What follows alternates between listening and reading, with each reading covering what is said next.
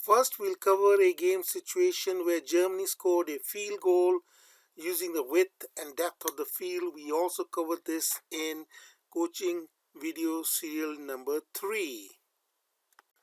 As we can see in this game situation, Germany's left fullback has the ball. He passes the ball to the right inner. Right inner passes the ball first time to the right winger. Right winger receives it on the run with his open stance, and he pushes the ball to one of the leading forwards, who receives it on his open stick and scores a field goal. Beautiful move. A goal scored in 3 connected passes. Excellent. Now let's view a game situation where Germany again scores a field goal from a situation which is a little bit more tight compared to this previous game situation. Here, Germany has a free hit outside the D. You can well see how they run off the ball, interchanging positions, and then receiving the ball in a right inner's position in the playmaking space.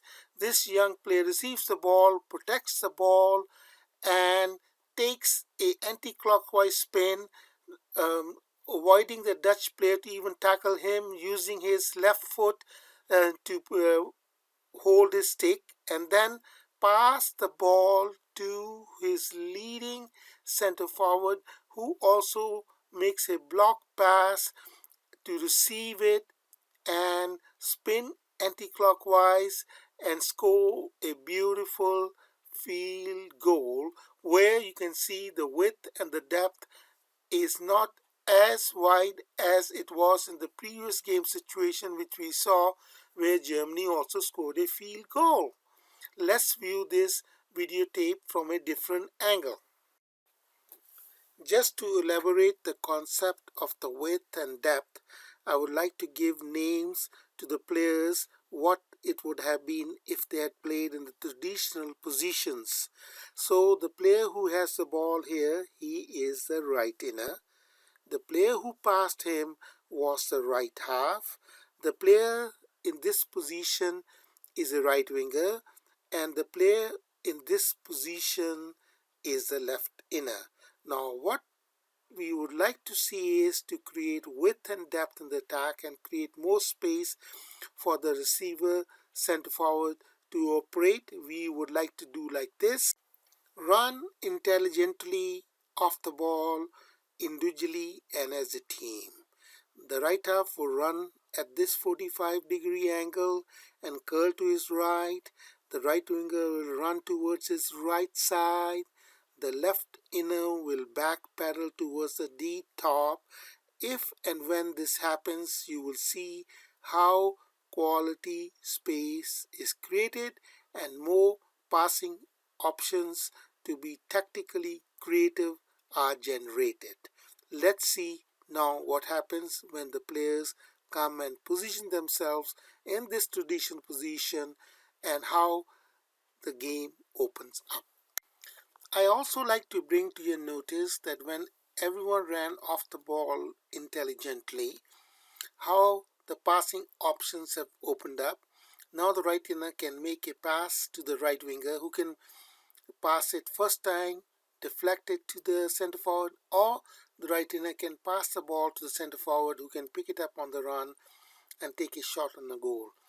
I'm not saying that what Germany did in this game situation was not successful.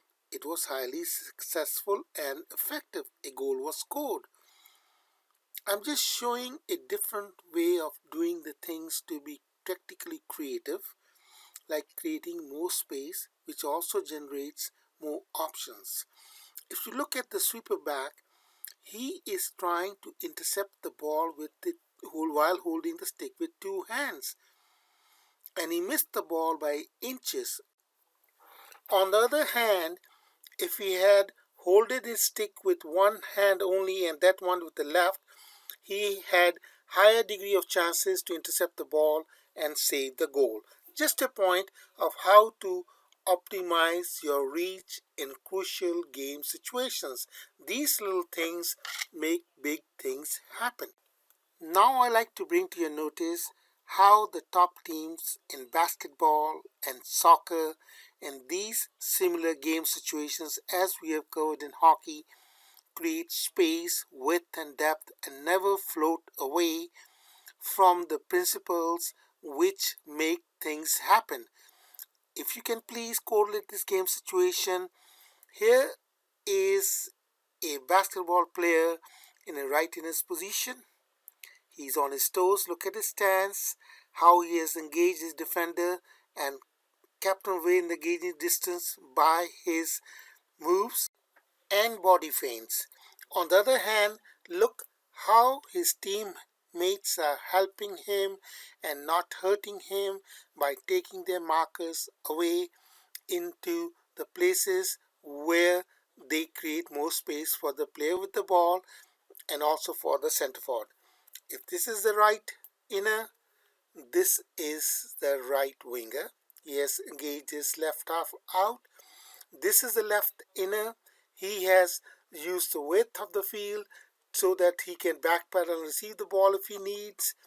You can say this is the left winger and this is the center forward. Please note how he has kept his marker out of the goal scoring range or the basket scoring range, whatever you mean to call or make a fool of me, it's your choice.